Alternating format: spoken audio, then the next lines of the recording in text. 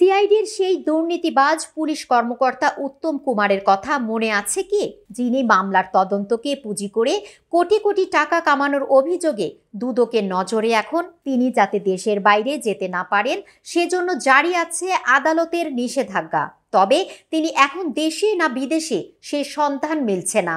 তার সন্ধান না মিললেও এই সাবেক পুলিশ কর্মকর্তার বিপুল সম্পত্তির হদিস পেয়েছে দুদক। এরই মধ্যে রাজধানী সিদ্ধেশ্বরী সার্কুলার রোডের 17-18 নম্বরের বিলাসবহুল অ্যাপার্টমেন্টটি বিক্রি করে দিয়েছেন। আগস্টে ছাত্র জনতার আন্দোলনের পর কৌশলে পরিবার সহ সটকে পড়েন তিনি। এরপর তার অবস্থানের আর কোনো তথ্য পাওয়া যায়নি। আগে থাকতো জানি না, আমরা একটু কল দিয়ে জানতে পারবেন না ভাই? আপনি ফ্ল্যাটে, এই যে ফ্ল্যাট নাম্বার হচ্ছে B7। তো আপনি যাচ্ছেন জায়গায়ছেন মানে চিনতে পারছেন তো কার মালিকানা একটু জানতে পারবেন না? আমি তো সিকিউরিটি গার্ড, আমি কিভাবে জানবো? অবৈধ উপার্জনের নামে বেনামে ঢাকা ও ঢাকার বাইরে বিপুল সম্পদ করেছেন উত্তম কুমার।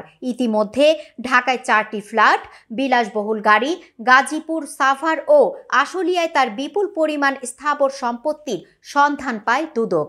গত 30 মে উত্তম কুমারের বিরুদ্ধে দেশ ত্যাগে নিষেধাজ্ঞা দেয় আদালত। তার দেশ ত্যাগ ঠেকাতে দেশের সব বিমানবন্দর ও অন্যান্য ইমিগ্রেশনে পাঠানো হয় চিঠি। গত বছরের অক্টোবরে চাকরি থেকে অবসরে যান উত্তম কুমার। এর আগেই তার বিরুদ্ধে অভিযোগ জমা পড়ে দুদকে। প্রাথমিক অনুসন্ধানে তার বিপুল অবৈধ সম্পদের তথ্য পায় সংস্থাটি। উত্তমের কয়েকটি ব্যাংক হিসাবে প্রায় 55 কোটি টাকা তথ্য মেলে, কিন্তু তার বিরুদ্ধে অনুসন্ধান চলাকালে ওই অর্থ তুলে নেন তিনি। কর্মজীবনের একটি বড় সময় সিআইডিতে ছিলেন উত্তম কুমার। বেশিরভাগ সময় স্বর্ণ চোরাচালান মামলার তদন্তের দায়িত্বে দেখা গেছে তাকে। এই সময় তিনি বিপুল ধন সম্পদে ফুলে ফেপে ওঠেন।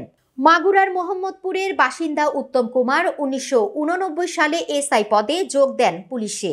গত বছরের মাঝামাঝি তিনি সিআইডি থেকে অবসরে যান অতিরিক্ত পুলিশ সুপার হিসেবে।